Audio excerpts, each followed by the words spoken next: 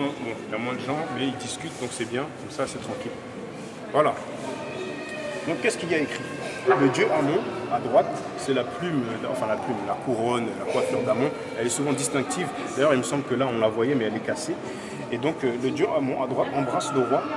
Toutmosis 4, Djeotimes, mais bon, la prononciation. Quand vous voyez des is et des os, des us, c'est souvent grec, en fait. Vous voyez ce que je veux dire? Donc, vous voyez la date, entre 1400 et 1390 avant Jésus-Christ. Donc ça a largement 3500 voilà, largement 3000 ans. Donc vous voyez la qualité. Donc, moi quand je les regarde, je ne les vois pas s'embrasser. Les lèvres ne se touchent pas.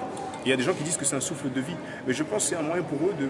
Comme, vous savez, la culture gréco-romaine, l'homosexualité, c'était les mœurs. Par contre, quand on regarde dans la culture africaine, l'homosexualité, c'est tabou, c'est pas notre truc. Après, c'est pas pour dire qu'il n'y a pas de noirs homosexuels ou pas d'Africains homosexuels. Je ne dis pas ça. Mais dans la plupart des pays, d'ailleurs, dans beaucoup de pays d'Afrique, l'homosexualité, c'est interdit, c'est illégal. Vous allez en prison... c'est criminalisé. Voilà, c'est criminalisé. C'était le cas aussi en Jamaïque. Mais je pense qu'ils ont fait des modifs parce que c'était une colonie de l'Angleterre. Et donc, sous l'influence pour les accords économiques, ils ont dû faire pression.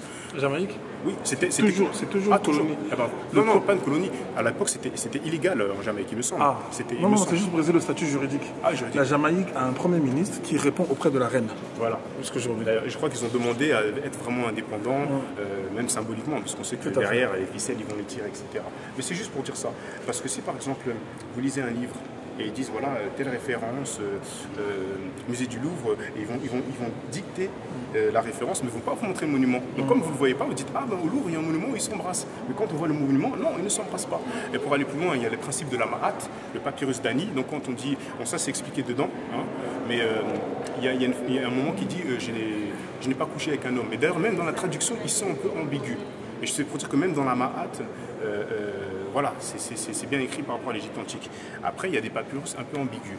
Et il y a des citations un peu ambiguës, notamment avec Horus et Seth, quand ils se battaient, ce que Seth a fait, etc. C'est peut-être symbolique, mais en tout cas, c'est clair qu'on a énormément de textes, c'est pas dans nos mœurs. Vous voyez ce que je veux dire? Mais les gens, comme ils doivent s'attaquer à l'Égypte antique, parce que ça date de longtemps, les monuments sont là. Là, si vous allez l'islam, vous n'allez pas voir des trucs de 3000, bon, forcément l'islam, ça commence à partir d'une période, mais vous ne verrez pas des monuments en si bon état, etc.